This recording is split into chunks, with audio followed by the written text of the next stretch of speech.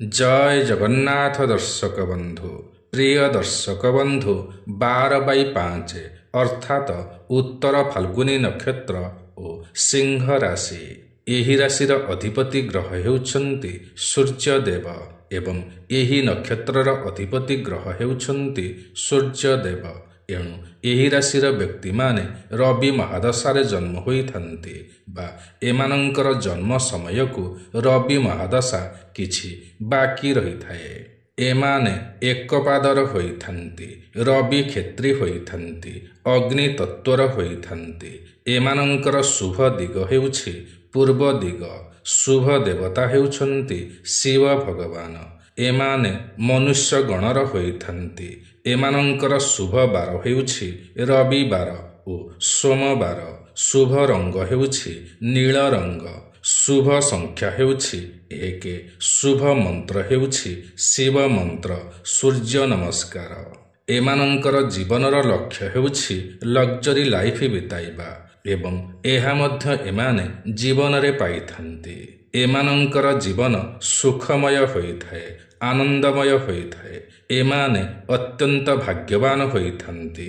एमाने कठिन परिश्रम करिथान्ति एवं बहुत दायित्ववान होइथान्ति। एमाने बहुत शृंखलित होइथान्ति। एमाने स्वच्छता बा परिष्कार परिच्छन्नता को बहुत पसंद करिथान्ति। एमाने धार्मिक स्वभावर होइथान्ति। एमाने समाज सेवी होइथान्ति।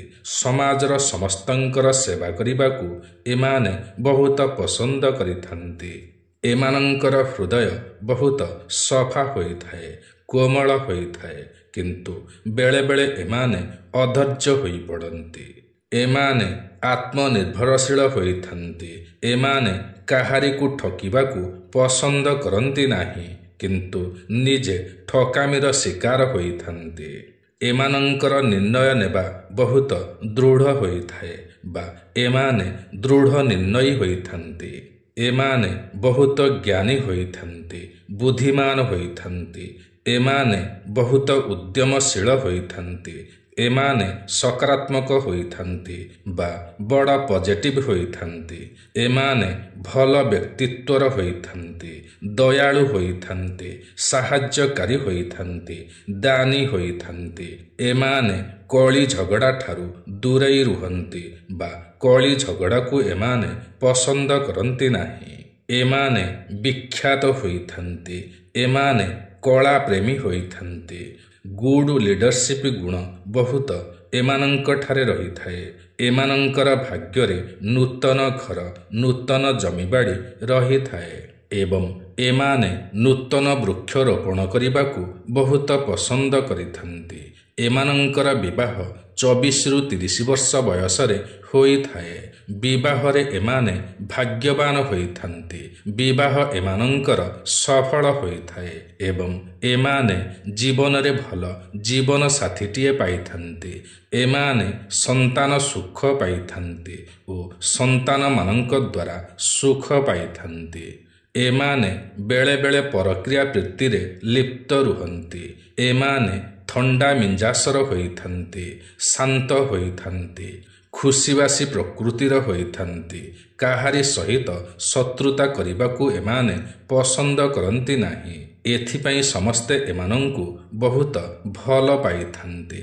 एमानंकर हृदयटी विशाल होइथाए बा एमाने विशाल हृदयर होइथान्ति, किंतु सामान्य ईर्षालु होइथान्ति, किंतु प्रबल दयालु मध्य होइथान्ति। एमाने क्यारियर रे बहुत उन्नति करिथान्ति। एमानंकर मुंडटी बड़ होइथाए, देह समान होइथाए ओ सुंदर शरीर होइथाए ओ बलिष्ठ शरीर होइथाए। एमाने मायावी होइथान्ति। एमानंकर गांधार विद्यारे श्रद्धा रहिथाए। एमाने लक्षणवंत होइथान्ति बा लक्ष्मीमंत होइथान्ति। एमाने राजपूजक होइथान्ति। एमाने जशकारी होइथान्ति। एमाने भोगी होइथान्ति बा विलास व्यसनरे रहिबाकू पसंद करिथान्ति। एमाने खाद्य प्रिय होइथान्ति। एमानंकर हातरे मत्स्य रेखा रही थाए। एमाने ଆରମ୍ଭବନ୍ତ ହୋଇଥାନ୍ତି। ଅର୍ଥାତ୍ ଯେଉଁ କାର୍ଯ୍ୟକୁ ଅନ୍ୟମାନେ ଭୟ କରିଥାନ୍ତି ଏମାନେ ସେହି କାର୍ଯ୍ୟରେ ଆଗୁଆ ହୋଇ ଆରମ୍ଭ କରିଥାନ୍ତି। କାହାରି କାହାରି ଦୁଇଟି ଭାର୍ଯ୍ୟା ହୋଇଥାନ୍ତି। ଏମାନେ ପଣ୍ଡିତ ହୋଇଥାନ୍ତି। ଏମାନେ କାମାତୁରା ହୋଇଥାନ୍ତି ବା ଶୃଙ୍ଗାର ଭୋଗୀ ହୋଇଥାନ୍ତି। କିନ୍ତୁ ଏମାନେ ପାପ ପୁଣ୍ୟର ବିଚାରବନ୍ତ ହୋଇଥାନ୍ତି, ଶତ୍ରୁଜୟୀ ହୋଇଥାନ୍ତି। ସ୍ତ୍ରୀର କଥା ମାନି ଚଳିଥାନ୍ତି ବା ସ୍ୱାମୀର କଥା ମାନି ଚଳିଥାନ୍ତି। ଏମାନଙ୍କର ପୁତ୍ର ସନ୍ତାନ ଅପେକ୍ଷା କନ୍ୟା ସନ୍ତାନ ଅଧିକ ହୋଇଥାଏ। ଏମାନେ ସତ୍ୟବାଦୀ ହୋଇଥାନ୍ତି ବା ସତ କହିବାକୁ ପସନ୍ଦ କରିଥାନ୍ତି। ଏମାନେ ନମ୍ର ହୋଇଥାନ୍ତି। ଏମାନେ ହାରିଗଲେ ମଧ୍ୟ ପୁଣି ଥରେ ପରିଶ୍ରମ କରିଥାନ୍ତି, ପୁଣି ଥରେ ଆଗକୁ ଯାଇଥାନ୍ତି, ପୁଣି ଥରେ ଚେଷ୍ଟା କରିଥାନ୍ତି। ଏମାନେ ଭଲ ମିତ୍ରଟିଏ ହୋଇପାରନ୍ତି। ଏମାନେ ବହୁତ ଉର୍ଜାବାନ ହୋଇଥାନ୍ତି କିନ୍ତୁ ଆରାମ କରିବାକୁ ବହୁତ ପସନ୍ଦ କରିଥାନ୍ତି ବା ଅଧିକ ସମୟ ଶୋଇବାକୁ ବହୁତ ପସନ୍ଦ କରିଥାନ୍ତି। ଏମାନେ ମହତ୍ୱାକାଂକ୍ଷୀ ହୋଇଥାନ୍ତି। ନିଜର କଥା ଦ୍ୱାରା ଏମାନେ ଅନ୍ୟମାନଙ୍କୁ ଆକର୍ଷିତ କରିପାରନ୍ତି। ଏମାନେ ଅନ୍ୟମାନଙ୍କ ଉପରେ ବହୁତ ବିଶ୍ୱାସ କରିଥାନ୍ତି। ଲୋକମାନେ ମଧ୍ୟ ଏମାନଙ୍କୁ ବହୁତ ଭରସା କରିଥାନ୍ତି। ଏମାନେ ଦାନୀ ହୋଇଥାନ୍ତି। ଦାନ ଧର୍ମ କରିବାକୁ ବହୁତ ପସନ୍ଦ କରିଥାନ୍ତି। ଏମାନେ ଖୋଲା ବିଚାରର ହୋଇଥାନ୍ତି, ସାହସୀ ହୋଇଥାନ୍ତି। ଏମାନେ ଆଧ୍ୟାତ୍ମିକତା ବା ସ୍ପିରିଚୁଆଲିଟିର ହୋଇଥାନ୍ତି। ନିଜର ଆତ୍ମାକୁ ଶୁଦ୍ଧ କରିବାକୁ ଧାର୍ମିକ କ୍ଷେତ୍ରରେ ମନ ବଳାଇଥାନ୍ତି। ବଡ଼ ବଡ଼ ଲୋକଙ୍କ ସହିତ ମିଶିବା, ସମ୍ପର୍କ ରଖିବାକୁ ପସନ୍ଦ କରିଥାନ୍ତି। ସମ୍ମାନ, ପୋଜିସନ୍ ଏସବୁ ପାଇଥାନ୍ତି। ଏମାନେ ଲୋକମାନଙ୍କର ସାହାଯ୍ୟକୁ ଭୁଲି ଯାଆନ୍ତି। ଏମାନେ ଦେଖେଇ ହେବାକୁ ପସନ୍ଦ କରିଥାନ୍ତି। ଏମାନେ ଭଲ ନେତା ମଧ୍ୟ ହୋଇପାରନ୍ତି। ଏମାନେ ଭଲ ଚାକିରି ପାଇଥାନ୍ତି ଓ ଉଚ୍ଚ ପଦବୀ ମଧ୍ୟ ପାଇଥାନ୍ତି। ଏମାନେ ଅନ୍ୟମାନଙ୍କୁ ରୋଜଗାର ଦେଇପାରନ୍ତି। ଏମାନେ ଭଲ ବକ୍ତା ହୋଇପାରନ୍ତି ଓ ଭଲ ଖେଳାଳି ମଧ୍ୟ ହୋଇପାରନ୍ତି। ଏମାନଙ୍କର ବୈବାହିକ ଜୀବନ ବହୁତ ଭଲ ହୋଇଥାଏ। ଏମାନେ ଓ ଏମାନଙ୍କର ଜୀବନ ସାଥୀ ପରିବାରକୁ ବହୁତ ଭଲ ପାଇଥାନ୍ତି। ସମସ୍ତଙ୍କର ଦାୟିତ୍ୱ ନେଇଥାନ୍ତି, ସମସ୍ତଙ୍କର ଯତ୍ନ ନେଇଥାନ୍ତି। ଏମାନଙ୍କର ଦକ୍ଷତା ବହୁତ ଭଲ ହୋଇଥାଏ। ଏମାନଙ୍କର ଲାଇଫ୍ ଷ୍ଟାଇଲ ବହୁତ ଭଲ ହୋଇଥାଏ। ଏମାନେ ଲୋକମାନଙ୍କ ପାଇଁ କାର୍ଯ୍ୟ କରିଥାନ୍ତି, ଏଣୁ ଲୋକମାନେ ଏଥିପାଇଁ ବହୁତ ପ୍ରଶଂସା ମଧ୍ୟ କରିଥାନ୍ତି। ଏମାନଙ୍କ ପାଖରେ ବୁଦ୍ଧି ଓ ପ୍ରଭାବ ପ୍ରଚୁର ରହିଥାଏ ବା ଏମାନେ ଏକ ପ୍ରଭାବଶାଳୀ ବ୍ୟକ୍ତି ହୋଇପାରନ୍ତି। କିନ୍ତୁ ଏମାନେ ଏକୁଟିଆ ସମୟ ବିତାଇବାକୁ ବହୁତ ପସନ୍ଦ କରିଥାନ୍ତି ବା ଏମାନେ ଏକାନ୍ତରେ ରହିବାକୁ ପସନ୍ଦ କରିଥାନ୍ତି। ଏଣୁ ନିର୍ଜନ ସ୍ଥାନକୁ ଯିବା, ଯୋଗ ଧ୍ୟାନ କରିବା, ଚିନ୍ତା କରିବା, କଳ୍ପନା କରିବାକୁ ବହୁତ ପସନ୍ଦ କରିଥାନ୍ତି। ଏମାନେ ଭୁଲଟିଏ କଲାପରେ କିଛି ଶିକ୍ଷା ପାଇଥାନ୍ତି। ଏମାନେ ବହୁତ ଶକ୍ତିଶାଳୀ, ଭାଗ୍ୟବାନ ଓ ସଫଳତା ପ୍ରାପ୍ତିକାରୀ ହୋଇଥାନ୍ତି। ମାନ ସମ୍ମାନ ପ୍ରାପ୍ତିକାରୀ ହୋଇଥାନ୍ତି। କୌଣସି ବି କାର୍ଯ୍ୟ କରିବାକୁ ଏମାନେ ଭୟ କରନ୍ତି ନାହିଁ ବା ପଛଘୁଞ୍ଚା ଦିଅନ୍ତି ନାହିଁ। ପ୍ରତ୍ୟେକ କାର୍ଯ୍ୟରେ ଏମାନେ ନିଜର ସାହସ ଓ ଦମ୍ଭ ଦେଖାଇଥାନ୍ତି। ଜୀବନରେ ଏମାନେ ବହୁତ ହିଁ ସଫଳତା ପାଇଥାନ୍ତି କିନ୍ତୁ ଏମାନେ କ୍ଷଣକୋପୀ ହୋଇଥାନ୍ତି। ଜୀବନରେ ଏମାନେ ବହୁତ ଆଗକୁ ଯାଇଥାନ୍ତି। ଏମାନେ କଳି ଝଗଡ଼ା କରିବାକୁ ପସନ୍ଦ କରନ୍ତି ନାହିଁ। ତଥାପି ମଧ୍ୟ ଏମାନଙ୍କ ଆଗରେ ଅନ୍ୟମାନେ ମୁଣ୍ଡ ନୁଆଇଥାନ୍ତି କାରଣ ଏମାନେ ରାଜା ସ୍ୱଭାବର ହୋଇଥାନ୍ତି।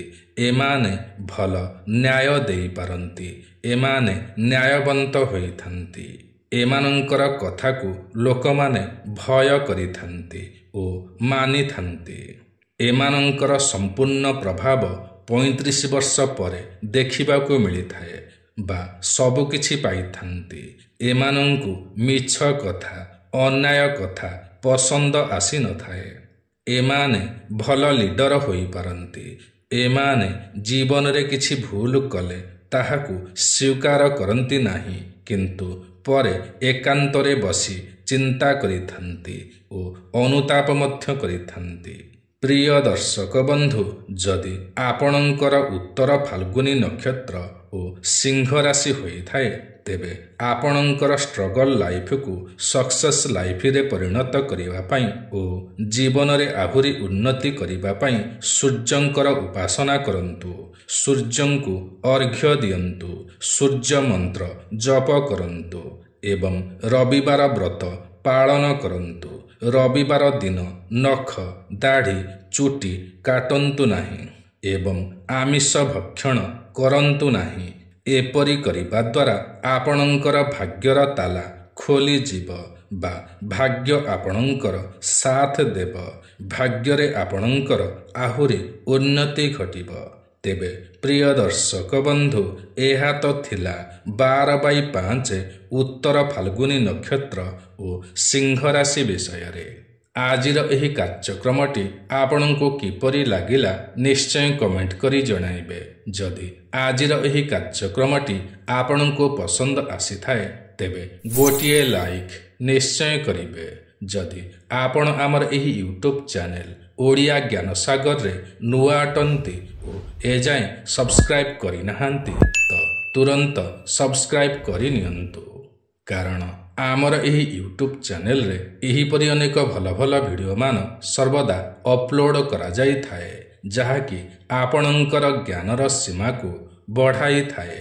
ତେବେ ଆଜି ପାଇଁ ଏତିକି। ପୁଣି ଦେଖା ହେବ ଆସନ୍ତା ନୂଆ ଏକ କାର୍ଯ୍ୟକ୍ରମରେ। ସେ ପର୍ଯ୍ୟନ୍ତ ଆମକୁ ବିଦାୟ ଦିଅନ୍ତୁ। ଜୟ ଜଗନ୍ନାଥ ଦର୍ଶକ ବନ୍ଧୁ।